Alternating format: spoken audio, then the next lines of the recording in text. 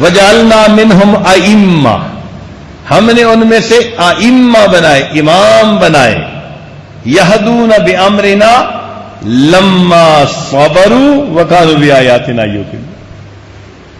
تو اہل صبر کو ہی اللہ تعالی العزت امامت کا درجہ عطا فرماتے ہیں۔ فرمایا وَإِذِ ابْتَلَىٰ إِبْرَاهِيمَ رَبُّهُ بِكَلِمَاتٍ فَأَتَمَّهُنَّ قَالَ إِنِّي جَاعِلُكَ لِلنَّاسِ إِمَامًا۔ دیکھا آزمائشیں آئیں، صبر کیا، فرمایا میرے ابراہیم میں تجھے انسانوں کا امام بناؤں۔ اس لیے سیدنا فاروق عنہ فرماتے تھے خبر عیش ادرکناہ بالصبر، کہ خوشی کی خبر ہم نے ہمیشہ صبر کے بعد سنی ہے۔ حضرت انس اللہ عنہ فرمایا کرتے تھے من کنوز البر کتمان المصائب، نیکی کے خزانوں میں سے ایک خزانہ یہ ہے کہ انسان پر کوئی مصیبت آئے تو وہ اس کو دوسروں سے چھپائے، پتہ ہی نہ چلنے دے کسی کو۔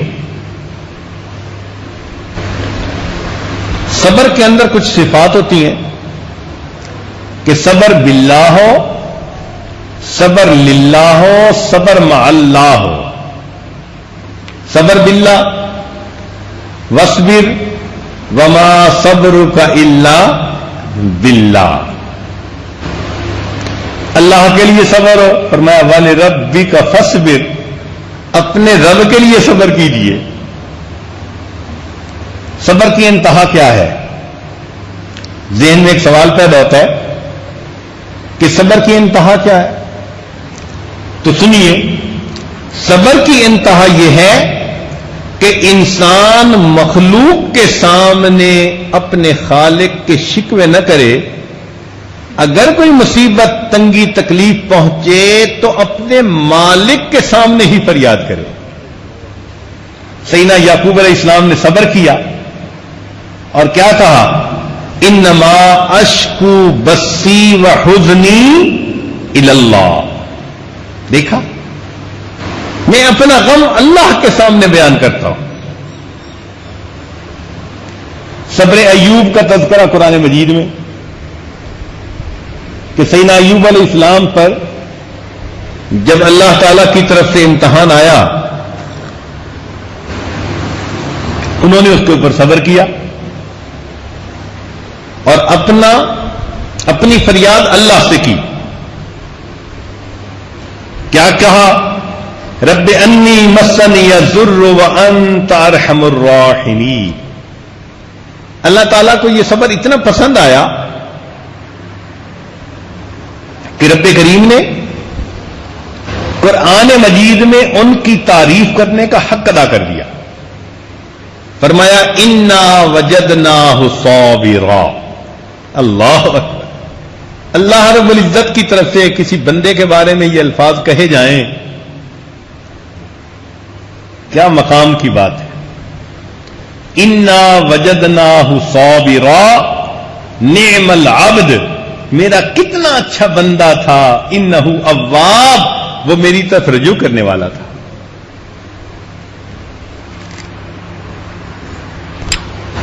نبی علیہ السلام پر بھی مصیبتیں آئیں، آپ نے بھی صبر کیا۔ طائف کے دن کیا تکلیف پہنچی تو نبی علیہ السلام نے اس کے جواب میں کیا فرمایا؟ جب عتبہ شیبہ کے باغ کے سامنے جا کر بیٹھے تو فرمایا انی اشکو الیک ضعف قوتی وقلت حیلتی وہوانی، اپنی فریاد اللہ رب العزت کے سامنے پیش کی۔ اس کا نتیجہ کیا نکلا کہ طائف سے واپس سفر سے آئے، اللہ رب العزت نے ان کو معراج کے لیے بلا لیا۔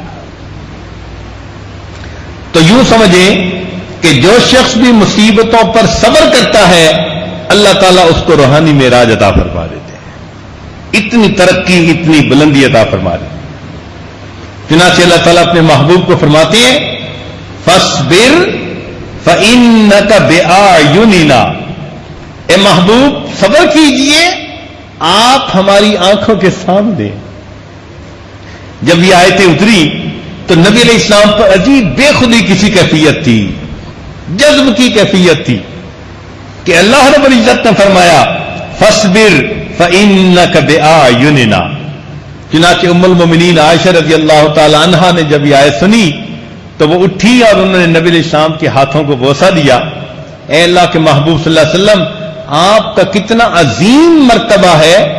اللہ فرماتے ہیں فإنک بأعیننا، اے محبوب آپ ہماری آنکھوں کے سامنے ہیں، ہم آپ کو دیکھتے ہیں۔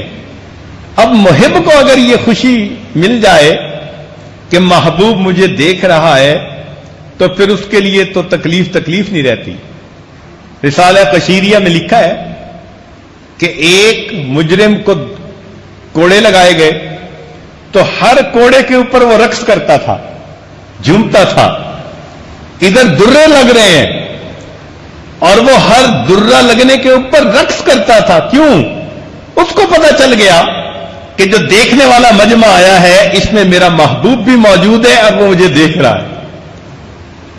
تو اگر دنیا کا محبوب دیکھ رہا ہے اور کوڑے کھانے والا ہر کوڑے پہ رقص کرتا ہے تو پھر اگر بندے کو یہ احساس ہو فإنک بأعیننا کہ صبر پر اللہ اتنا اجر دیتے ہیں، فرماتے ہیں کہ تم ہماری آنکھوں کے سامنے ہو، تو پھر ہمیں کتنا صبر کرنا چاہیے۔ ہمارے بعض مشائخ اس آیت کو لکھ کر اپنے پاس رکھتے تھے فإنک بأعیننا۔ جب کوئی تنگی آتی، تکلیف آتی، وہ اس آیت کو نکال کر پڑھا کرتے تھے اور وہ تنگی ان کے لیے خوشی میں تبدیل ہو جایا کرتی تھی۔ ہمارے اکابرین نے کتنا صبر کیا، یہ ایک لمبی داستان ہے۔ مصائب آئے، مشکلات آئیں، کوئی غیر ضروری لفظ اپنی زبان سے نہیں نکالا، کٹنا گوارا کر لیا، غیر کے سامنے جھکنا گوارا نہیں کیا۔ اسی کو علامہ اقبال نے کہا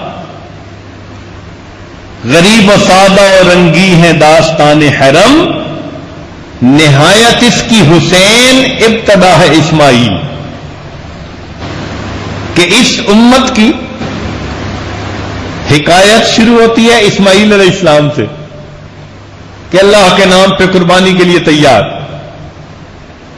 اے بیٹے میں نے خواب میں دیکھا تجھے ذبح کر رہا ہوں، تو جواب میں کیا کہا تھا؟ یا ابت افعل ما تؤمر ستجدنی انشاءاللہ من الصابرین۔ ابا جان کر گزریے جس کا حکم ہوا، مجھے آپ صبر کرنے والوں میں سے پائیں گے۔ اور اس کی نہایت کہاں ہوئی؟ نبی علیہ الصلوۃ والسلام کے نواسے سیدنا حسین رضی اللہ عنہ پر، انہوں نے بھی اپنی تقوی کی بات پر ایسی استقامت دکھائی کہ اپنی آنکھوں کے سامنے گھر کے کتنے نوجوانوں کو شہید ہوتے دیکھا، مگر ان کے پائے استقامت کے اندر کوئی اضمحلال نہیں آیا، ہٹے نہیں، بکے نہیں، بلکہ اپنی جان دینی گوارا کر لی اور صبر کی ایک نئی داستان رقم کر دی۔ اس قسم کے واقعات اس امت کے اندر بہت زیادہ ہے۔ مردوں کی تو خیر بات ہی اور ہوتی ہے کہ اللہ نے ان کو بڑے حوصلے، بڑے دل دیے ہوتے ہیں۔ عورتیں کمزور دل ہوتی ہیں، جلدی گھبرا جاتی ہیں، مگر ایمان وہ نعمت ہے کہ جس کی وجہ سے عورتوں کو بھی اللہ تعالیٰ سونے کا دل عطا فرما دیتے ہیں۔